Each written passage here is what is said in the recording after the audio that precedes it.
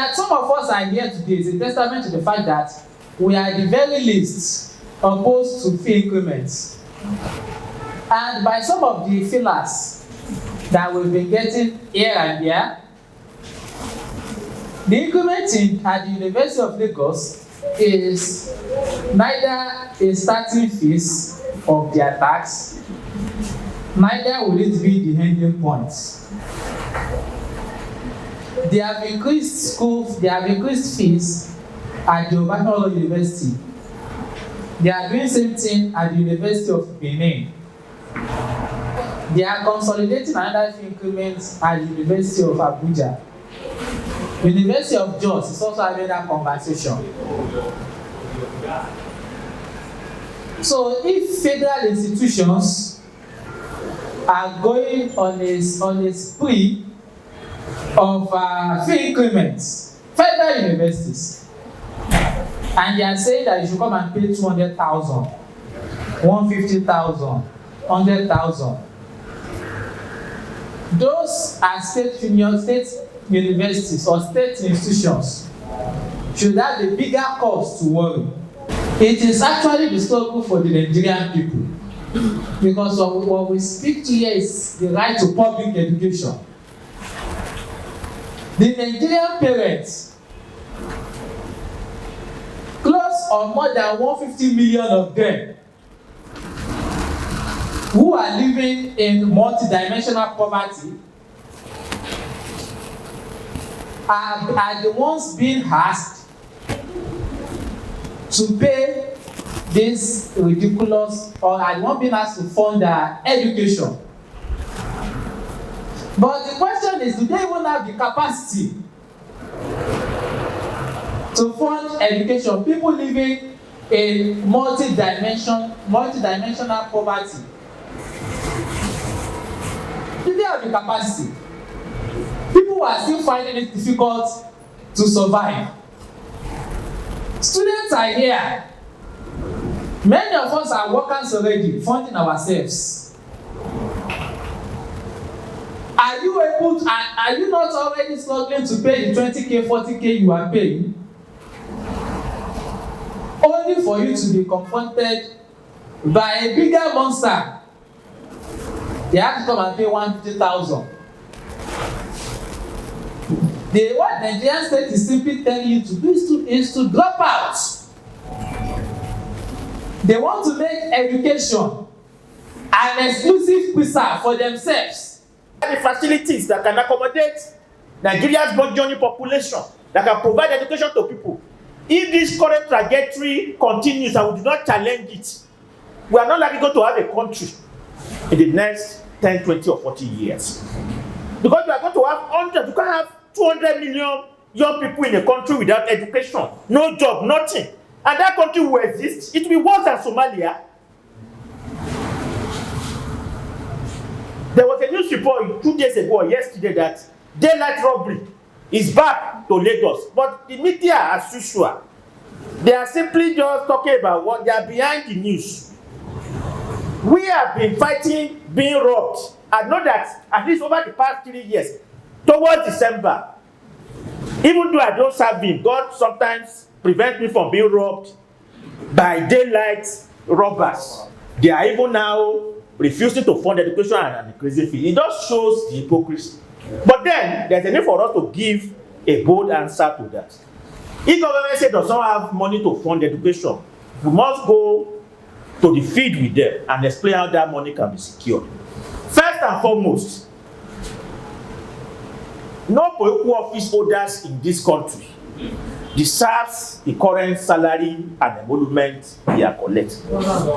It's not only whether it is adequate or not, they do not deserve it. In fact, up to their health care is funded by us.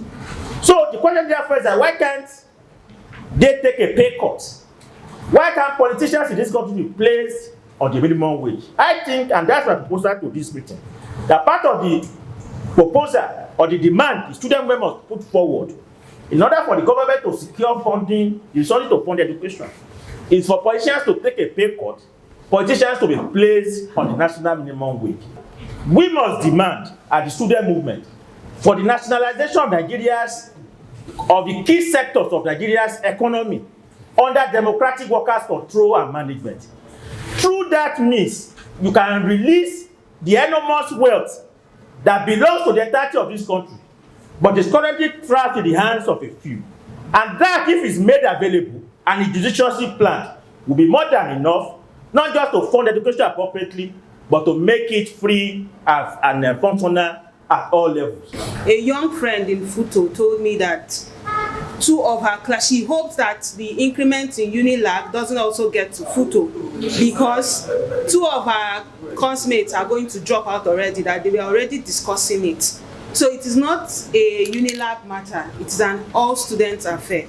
So, but the thing is that when we ask the question of who should fund education, whether government or students or citizens or parents, I think that it is not a question that we should be asking. Because as far as I'm concerned, we're already doing more than our fair share of funding education. You're already doing it. You are funding your data. Your hostels are in dilapidated condition. You can't stay in your school hostels. That's why you have to go outside and rent buildings. School fees that they just increased now is just testing. Because they actually don't like all of these faces getting educated. So that you go and challenge Sheyi Tinubu tomorrow, you challenge Temi or Tedola and all the rest. No, they don't want that. They are very much interested in making sure that you go to the most minimal of education. The best of them all at their own period were saying, basic education is enough. Yes, they were saying it. Even during the Keynesian period, they were saying basic education is enough for an average farm. It's all lies. There's no subsidy anywhere. They have actually not subsidized. Because if they are subsidized, we're not supposed to be paying 195 naira in the first place.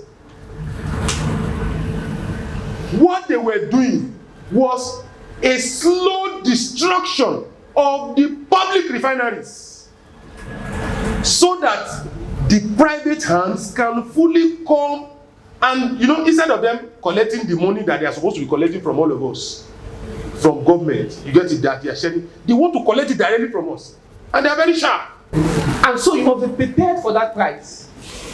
All this, I no one die, mama dey for house, papa dey for house, that is what has brought us here. That is why Tinubu can say boldly, I will remove it, and if you like, protest from now to tomorrow, nothing will happen. Because he knows that we have relinquished our power. Your parents will tell you at home, oh, don't join them when they are doing Aluta. Just pack your bag and be going. When my parents saw that this guy will not listen to that admonition, they say, okay, don't be in the front. Don't be at the back, just be in the middle. At least we have come to the conversation that they allow me to, at least they know that I will be there. Just be there. So we need to get ourselves to that point where our people, our parents, our peers, our friends will say, let us all of us be there.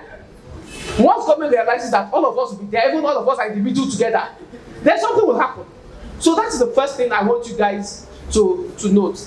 Second thing related to that is that as students and as student unions, you don't derive your powers from your school authority. We see what happens these days. Somebody will say, our vast student union. UNILAG, I heard it happened for quite a number of years. That how dare you ban? We don't derive our powers from you. We derive our powers from the generality of the students. If they recognize us, that is all that we need. So I enjoin you all. Please, your power is derived from the generality of the students, not from any vice chancellor or dean of student affairs or anything. You must organize yourselves and organize properly. And that's why I said earlier that power is not given, it is taken. When they see that you have power and you're able to organize yourself, they will respect you. Education is your right, because education is the passport to development. Education is your passport to the world. Without education, you are nothing. The fact that we can stand here today and speak is because of education. And we can tell you, public education is a must.